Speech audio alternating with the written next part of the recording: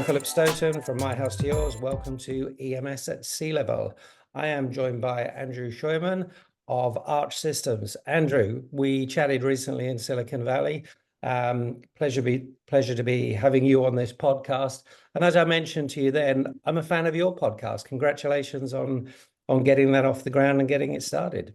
Oh, thank you, Phil. No, thanks for having me here. And yeah, we just got the manufacturing intelligence podcast off. We got the first couple episodes out highlighting different thought leaders, especially in digitization innovation. First couple, one in semiconductor, but then the next few exactly in kind of EMS, electronics assembly. Yeah, I enjoyed the first three, and it very much felt that we were covering different areas, but with kind of an overarching theme. Yeah.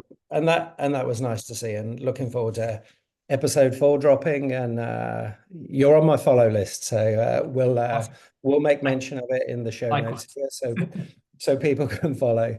Thanks so much. So let's start with a brief introduction to Arch, because I don't think people perhaps realize how substantially you've grown and how many of the Arch team are actually out there now. Yeah, I appreciate that. So, Arch Systems is headquartered in Silicon Valley, but yeah, we have about 85 professionals across 13 different countries now. So we built a large distributed team that works with some of the top manufacturers worldwide. So we're helping, I think, about 125 different factories today, and that's been growing really rapidly. 80 to 100% often increase year over year, and how many different factories we're installed in and helping. And especially we've done some work in 6 of the 10 largest EMS. If folks search us online, they'll see press releases with Flex and Jabil and Plexus, notably those 3 Mhm. that are publicly announced our partnerships together. Yeah, and those partnerships are really important, aren't they? To have that kind of buy-in from companies that have multiple facilities, multiple locations, they've got legacy equipment. They should have all the problems that you're trying to solve, and a lot of those requirements. And when you look at a company like Flex that has grown so much with acquisition, it's a very complex equipment set. Is connectivity the first thing you think about when you look at a facility? Is it getting all that data before you can homogenize it? Yeah, I would say one of the phrases we have at Arch is data to insights to actions. We're Mhm. whole end to end. And so kind of in a practical sense, yeah, we do start with data and end with actions, although we really like to flip that on its head and think about the intelligent actions we're going to drive first. Data is a means to an end. Mm. We don't sell connectivity at Arch just for the sake of connectivity. We sell efficiency improvements and guided Yeah. actions, and data is the first step to enable that. Yeah. And I think when I look at guide actions, it's interesting you use that term data insight action. For ages, I've been using the term data insight value. And to a degree that, that's where the actions come from. But my sense when I look at digital transformation in our industry is what has slowed it down has been, one, having the building blocks, and we'll come to that later, because part of that is connectivity, but part of it is elsewhere. But it's actually being able to see the value, being able to say, hey, if I spend this much, I can save this much. Or if I do this small proof of concept project, I can see a return on investment. And then if I can do that, I can scale it to the rest of the facility. My sense is that up until now, that's just felt overwhelming and people haven't known where to start. I completely agree with you. Yeah, a lot of people have done data integration projects. They've integrated all kinds of data. Maybe they've built a data lake, maybe they've built a dashboard, and they've gained new visibility, or they've been able to count how many megabytes or gigabytes of data they've been building up somewhere, but they've said, what's exactly the value? So yeah, I like data insights value very much as well. And for us, action, not to jump too far ahead, but core Mm. of our tool is called the Action Manager, which is moving away from dashboards that people are supposed to look at. Do you even know if they're looking at them? Are they creating value or not? Let's say the OEE got better, the efficiency got better. Was that because of these cool dashboards you had, or was nobody even looking at them and they solved it with all the great knowledge in their heads, right? And so we have a core of our platform called the Action Manager, these guided intelligent actions, and you can directly see if guided actions were followed, were they completed.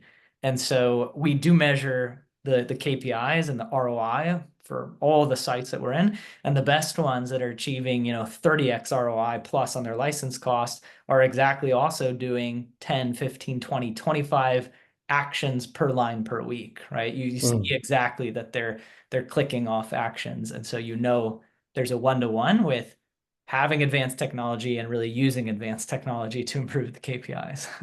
Yeah, and actually tracking that KPI performance back to the root, which is actually using Yeah, your product. When you look at those companies, and particularly those large EMS companies, are they typically conservative in their starting approach? Do they go for a small proof of concept project and then look to scale? And is your job to kind of create something that's small enough and tangible enough to get them started and then help them to spread that across the facilities and across the processes? definitely. Yeah, nobody has started with us with, 10 or 20 factories all at once. But on the flip side, I will say that the successful proof of concepts are often in 2 or 3 factories, not just one. So it's not, you go to one factory, one little corner of the factory and go, here's 5 machines, or here's one line that we don't really run very much, but like maybe you can do something impressive with that. Like that doesn't make for a good pilot. What makes for a really good pilot is a couple lines in, for example, 2 different factories. So you see the visibility, you see all the infrastructure and security points proved, but you're also on top of a higher number of lines that have real impact to the organization. So just a quick example on this, one thing I say is, let's say that in a given week, there's a 1 out of 5 or a 1 out of 10 chance that our software would catch a really important action. Not just like, okay, it's nice if you can, save a little bit on attrition, but it's only going to be worth a couple $100. Like there's a major downtime, it's a major quality issue, a major, loss of materials. Like, and if you see this and guide it and have a faster mean time to repair, this is going to make a huge delta. One out of Yeah, 1 out of 10 times a week. Okay, if there's one line in the pilot, every 5 weeks, every 10 weeks, you'll see one thing and you'll still yeah, ask, was that a trick or was it repeatable? If you have 10 yeah. lines in the pilot across 2 plants, every single week you're seeing something. So you run a 4 to 8 week pilot and you've seen 4 to 8 significant things happen. And Mm. then you say, wow. So, do they start somewhere and then scale it out? Yes, absolutely. And we always work with them to include at least a significant base of lines. And if you're not a tier one, if you're a tier one, say do 5 to 10 lines in a pilot, that's still a small percentage of your total. But Yeah, if of you're tier course. two, you're a tier three, 5 to 10 lines might be a good chunk of your base still. And so this is something I always emphasize because if you're a tier two or tier three, we'd love to work with those companies as well. And it's the pilot can feel a little bigger right from the start, but that is important not to limit it to too small a scope Yeah. and then think, yeah, see, I'm not seeing the improvements in just 2 weeks yet. Yeah. And it's interesting you mentioned that. Is it typical that you have had more success with the larger EMS? I mean, we obviously talk about those flagship companies. They're great logos and brands to have on the website. But within the US, that tier two, tier three is actually doing pretty well at the moment. And Yep. is, has constraints with respect to talent, is really looking to improve efficiency. So when I think of like $100 million EMS, I see a lot of success there. Are those companies understanding the value of what you're providing? I think so. Yeah, we have more of those starting to sign up. One of them that shared our name publicly was SMTC, for example. Hmm. Mickey, who was there, and there's a new really Yeah, good leadership team there, shared about that they were doing some work with us, and other ones like that are in the 100 to 300 to 500 million range. Yeah, I mean, we absolutely can start a pilot on just one. We've done it, start a pilot on yeah. just a single line, shown incredible value, and moved on from that. And it's helpful now. We didn't start there because of exactly what I described in that pilot, Mm, where if you have more volume, you can really see the value of this big data and AI faster. There's more likely in a Flex and in a Jabil, there's so many lines, there's so much volume that in just a very small amount of time, this analytics can see major problems. And so from a C level, EMS at C level, your podcast here, right? At a C level, you can really quickly see the impact. mm. Whereas in a tier two, tier three, you've got to be a little more conservative with your investments and make sure that it really, you don't have such a base that it belongs somewhere. But yeah, we have absolutely been seeing over the last, I think, year and a half, 2 years now, more adoption in mid-market. And that's something we're really excited to do more of. We have so many of the connectors already built. So much of, the stuff that when we were in kind of, we ourselves as a company were in R&D phase, it wasn't the right time to engage. Oh, we've never seen your MES, we've never seen your machines. Just most machines we've seen before. And not to jump ahead, but one thing that we announced about a year ago was a partnership with Aegis, Factory Logics, and we have a really exciting capability out together called Aria. And I think Aegis is well known to a lot of mid-market manufacturers as a great MES that they depend on. And so we've been making real efforts to work with more machine types and work with leading MES like Aegis. And I think we have a really powerful solution now, not just for big, but also for medium-sized manufacturers. Yeah, I think Factory Logics is one of the ones I see regularly when I'm in EMS companies, and it's appreciated and well thought of. So that's important. What you say about connectivity and having all that ability to connect and adapt to all the different softwares and all the different pieces of equipment is really important. It felt in the early stages of Industry 4.0 adoption, if we have had that, the connectivity was just taking up too much airspace. Absolutely. And like many, I felt that connectivity should be like electricity. You should have it. It's a given. Everything connects to the network in the same way it connects to the mains or compressed air or everything else. That's going to give particularly those small companies, but also the large ones, a much faster deployment with you. Have we kind of moved on a generation? Is most of the connectivity question in the rearview mirror? So I'll answer that in two ways. I think we've done more than half of all SMT machine varieties out there, which is a huge percentage.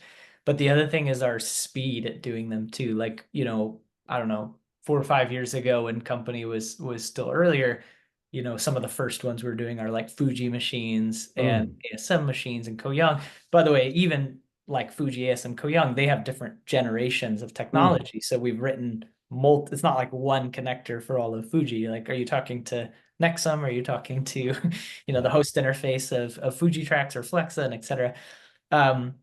But we started out writing, 2 connectors in the first year or something like that, right? And now, we routinely do 4, 5, 6, 7, even 8 in a month. And we have the team, the capacity to just move extremely quickly at them. So, that's across our customers, not I don't think maybe one of our big customers we did like almost 10 a month for just one customer, but usually that's across customers having varieties. But if you're a manufacturer and probably we've seen most of what you have, and maybe there's 2, 3, 4 new ones, and we need to do those within a 3 to 6 month period as we're going to roll out, and it's no longer an issue at all for us. Yeah. I wanted to come to the whole issue of kind of ingredient technologies, and obviously connectivity is one of them. Another really important one is AI. A lot of talk about AI. For me, it feels like AI is what could push us along towards that fourth industrial revolution that we've been talking about for 10 years. And, when you go to a trade show, it was Industry 4.0 on every single booth. Now it's AI on every booth. Do you feel that that's a game-changing technology? And do you think that the timing of AI getting to where it's got to now has actually been really good timing for Arch Systems? Yeah, I've said this to a number of people. When Tim and I founded the company, we were not natural language processing experts. NLP, that was like the buzzword, these talking AIs, because it was a more specific field that you were into or not. And my background is building semiconductor equipment, built X-ray machines and deposition machines. And Tim's background was in large-scale analytics. His PhD was in Markov chain statistics, this kind of thing, but not NLP, not language processing. And so we didn't have that in mind. But around the time that GPT-2 was coming out, so the models behind ChatGPT, we came out with our action manager concept, which was like the dashboard is dying. Like nobody has any time to look at these dashboards. And when you get to a technology like ours, at first you create even more dashboards. We have like Yeah. 40 of these advanced analytics dashboards. We call them process insights for the SMT line. You've only got one or two dashboards to even put something on, right? So what the heck do you do with these? Nobody can look at them. And so Mm. obviously you need something that looks at it for you and just tells you what to do, gives you a guided Yeah. action. So we came out with the Action Manager, and it didn't have any of this generative AI or language AI in it, but it was doing exactly this co-piling mechanism where it was supposed to read all this data dashboards rapidly, put it into a ticket, and bring guidance to someone. Here's the 1, 2, 3, 4. Mm. Here's what you do, right? And so Yeah. yeah, when then GPT 3.5 came out and ChatGPT, it was like, oh my gosh, this is extremely exciting because this is this huge accelerator where the same value proposition that we offer to our customers can now be turbocharged, right? We can collect tacit knowledge, expert knowledge, we can read Mhm. manuals, we can grab whatever they happen to have written down so far. We can accelerate doing things like tacit knowledge capture. And if you want, I could go into detail on the first kind of production generative AI use case we have is one that I Mhm. don't think people necessarily would have expected, but it's very cool. Okay. Yeah, no, do tell me about that. What I want to do though is circle back on the whole idea of tribal knowledge and skill and the fact that we do have a lot of skill resident in grey-haired people. We Yeah. need to extract that. Maybe AI is the way to do it, but also alongside that, we need to think about what impact that has on training operators and technicians if we're just training AI. Give me your example of the use of AI first. So the first production use of AI that we're doing is automating the understanding of downtime. So a lot of systems out there, MES systems and OEE systems, have the ability for you to click some buttons or manually Hmm. record, why you'd had a problem. 4 M's plus E is a really common, man, method, materials, machine, environment. Hmm. So like I'm down and it's my machine and it's the nozzle's broke. I need a new Yeah. nozzle. I'm down because I'm out of materials. Which one? The specific resistor, capacitor, right? Etc. And so you can write these down. And if you took all the time to write it down, people don't really like doing, then you would have this thing to dig through and figure out what are my top downtime reasons? How do I Yeah. improve tomorrow? And it's slow, it's error prone, and it competes with the time to just solve the downtime right now. Yeah. So this has been a huge problem that our customers have been worried about for a long time, but it's one where there is no perfect rules-based analysis, of just like, hey, every time this machine throws this error code, Yeah. that it's a nozzle. Like, even that you would think, oh, it's a perfect. There's so many great error codes in Fuji Yeah. and SIM, but it's complicated and different error codes fire. There's no error code, etc.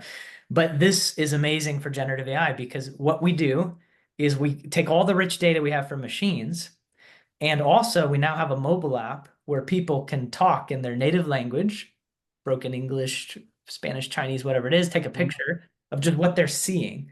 And they Yeah. might not be the expert that knows exactly the root cause of what's happening, but they just say whatever they're seeing.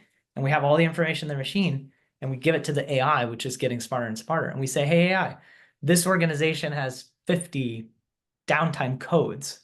Which Mm. one is it? You pick. And it's extremely good at picking. And so then not only have we now gotten automated understanding of which downtime happened without the person having to click through the menu, but also we've started capturing this really interesting information from whoever is on the floor of like, what's everything that you saw, right? If they see Mm. and understand very little, maybe it's just enough to label the downtime code. Whereas if Yeah. they understand a great deal, we now have richer information, not just from the machines, but also from the people. So this is the first thing we're doing. It's both automating Mm. downtime labeling, which is an immediate efficiency time saving, and then it's starting to capture the tacit knowledge on the problem and like, what are the deeper problems happening in your factory from your front line. Yeah, and that's really interesting, isn't it? When you think about those other issues that people are seeing in their periphery, if you can record those, that's when you get to that level of intelligence that reflects that tribal knowledge. Because when I'm sure you do the same when you're talking to a new company, when you're at a new factory. The first thing you want to do is walk the floor, and you Yeah. want to walk the floor with the guys that are operating the machines, or the guys that are responsible for that particular line. Um, and those guys are all unique. They all have some um, really interesting knowledge that has come from years and years of operating a particular machine set. They know how the machines interact. How do you first get that data in? And I can see that you're doing that by saying, hey, just speak to me Yeah. and show me what you're looking at. It's almost like you give them the Meta Ray-Bans or whatever, and you record at the same time as doing that. um and is it possible to actually replace some of that tribal knowledge? Because part of the problem with that tribal knowledge is it's doing one shift a day, not three. Yep. It's potentially retiring and leaving the industry. How do you make sure you've gained that knowledge? Yeah. I think there's a future, maybe 5 or 10 years away, would be my guess, where there's a lot of headsets in the Yeah, factory. Maybe it could be sooner. The people yeah. build amazing headsets. Um, my wife builds headsets at Meta, so Okay. they're doing a great work. But I think right now the key to capture is about, mobile phones and mobile devices. People are Hmm. familiar with Yeah. them, and most Connect more them. more and more factories are comfortable with these coming into the factory. Some where they're still not allowed, right? Hmm. But easy interfaces that people are familiar with in your own language, plus knowing when to say what. So Hmm. the other thing that I think doesn't work that some companies have proposed is just like find the expert and just dump everything you know. Just like pour your head out. Like what does that even mean? What do they do? How do you even do that? Yeah, how do you even do that? But on the flip side, if you have something like this action manager, which tells you, right now there's a downtime, or it could be at the end of your day. At the end of the day, there were 6 major downtimes that we want to know more about, or there's 6 major scrap events. So don't tell me about everything you know. Tell me about these 6 events that happened today. Maybe 2 of them you did already, and 4 are still unlabeled or undocumented. And tell me about these 4 downtimes in some detail. Hmm. Easy talk, whatever language you're comfortable with, and Yeah. put it in. So making it really easy, user friendly for the right thing right now. And then I think what people can also see is experts get to see their knowledge being put to work and immediately Hmm. creating value. And we're not treating them like this resource that's like, oh, you're the problem. It's like you are the like, please stay. Like we need you in the fact Yeah. like you are the last bastion holding these things together. And Yeah. please put your knowledge into the system and start collaborating with it so that your life becomes easier. And like, that's how we see it working. That's how Yeah. we love our customers to use it. Yeah, that makes sense, Andrew. And obviously the concern if you're an expert is they just want to suck all my knowledge and leave me. The other issue that has been discussed with AI, and we could talk philosophically about AI all day, and that's a completely different topic. Um, but it's the idea that if we are taking this expert knowledge and we're putting it in the AI as we train the next generation, is that next generation missing out on training because we're busy training, doing reinforced training on the AI system? How do you think you balance that? I personally have a strong opinion on that. That the next generation desperately needs training, and they need it way faster and more often because the data. I'm sure you've looked at this. Like turnover rates, just on average, have gone up from a couple percent to 10 to 15, in some cases 20% annual turnover rates. And I've talked to factories where it's far worse than that. And if you look at the implication of that, I was in a factory in Southern California a couple weeks ago where they have one big part of the workforce that has an average tenure of 35 years in their factory. And then the next part of their workforce, it's like a bimodal, has an Mm. average of 3 years of working in the factory, average. And so some people are leaving after just 1 or 2, and a lot of them are leaving after 4 or 5 years. By the way, in our Yeah, industry, technology, people leave in 3 to 5 years all the time. yeah, That is the expectation. So like yeah, if I built my business thinking people needed to stay 10 years or we were screwed, we're done for. We're absolutely done for. yeah, I think that's happening to everybody. So these young people tend to be younger, but this new generation workforce tends to be younger, who's only staying, say, 2 to 4 years, desperately needs training. and they're Yeah. never going to be the people that stay 30 years. So if you Yeah. have a couple of those foundational employees that are going to actually stay 30 years, don't train them the AI way, train them the good old-fashioned way, make them the good old-fashioned experts. But Yeah. for this huge part of your workforce that's going to be Mm. coming and going really fast, enabling them with a technology co-pilot that your experts train so they can get up to Yeah. really fast with less expert time. And when they inevitably leave and the next person comes in, that expert doesn't have to like groan, like, I have to start again. Are you kidding? Yeah. Like, I've got to I train and start expected from scratch this, again. I'm ready, Yeah. right? Yeah. Yeah. Fascinating. I really like this idea of this kind of power triangle of the expert with the tribal knowledge, the younger generation that want to learn and need to learn quick, and the AI co-pilot that is learning from the pilot, but also training the next pilot and training the next co-pilot. That, it's a nice synergistic triangle that works in every direction. And I think that's hugely valuable. What about the future at Arch? What do you see? What do you see as the next big milestone? What are you looking to achieve in 2025? Yeah, so maybe I'll answer in terms of EMS and outside of EMS. So EMS, which is top focus for us, major milestone is, I'll start with the product angle, really significant focus from front to back of lines. So being able to do the same thing that we do for all manufacturers. We connect all kinds of sources of equipment data and logs and MES information and drive these intelligent actions, help quality, downtime, scrap, but not just do that. Some of our customers already work with us front to back, but the majority work with us on the SMT side today. Yeah. And so a really exciting angle we're going and partnering with MES, like we're doing with Aegis and Aria in New York. For sure, a lot of companies have home-built MES. We work with those very closely as well. That capability of going front to back, kind of the whole context of the production line and doing these guided intelligent actions, that's a really big one. And so our product enabling that for our customers, driving end-to-end ROI with that, a higher level of KPIs, so yes, continuing to focus on, say, SMT machine utilization and scrap rates, but also focusing on like end-to-end rolling throughput yield and even on-time delivery of the product, and how AI is guiding an action to help you with those things, not just with utilization. That's really exciting, and we hope with that's going to come far more customers and collaborators and partners of ours. Another one is, so kind of like adjacent to EMS, but a little bit outside EMS, is we're expanding into other processes and industries that are right next to it. And two focuses that I'll mention are semi-advanced packaging and injection molding, which are not wholly outside of EMS. That's a big part of what EMS does as well. But there's also a lot of non-EMS collaborators, partners, and customers where these processes are really important. And they absolutely need the same guided intelligent actions. And being able to help our customers more holistically, that's the unifying answer across these two things, front to back of plant. So yeah, no, I think it's really valuable. And when we look at solving that connectivity issue, the first thing we did was solve it on the SMT line.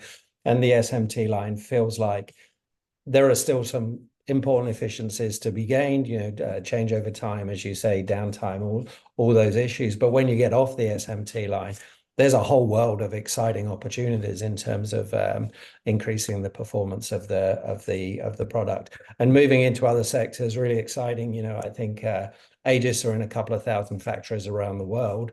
And a large percentage of those are not EMS factories. So actually, having a partner that's already kind of trodden that path is pretty interesting in terms of seeing where the opportunities lie there. And there are obviously some industries that are actually way less efficient than the EMS industry. The EMS industry has survived on this business model of making a relatively small margin by making products that OEMs used to make themselves more economically. So it has to, by nature, it has to be efficient throughout the supply and value chain. So exciting times ahead. Keep doing what you're doing. Keep doing the podcast. I'll continue to download and enjoy and comment on those. And thanks so much for your time today. Thank you. Thank you for having me, Phil. It's been great.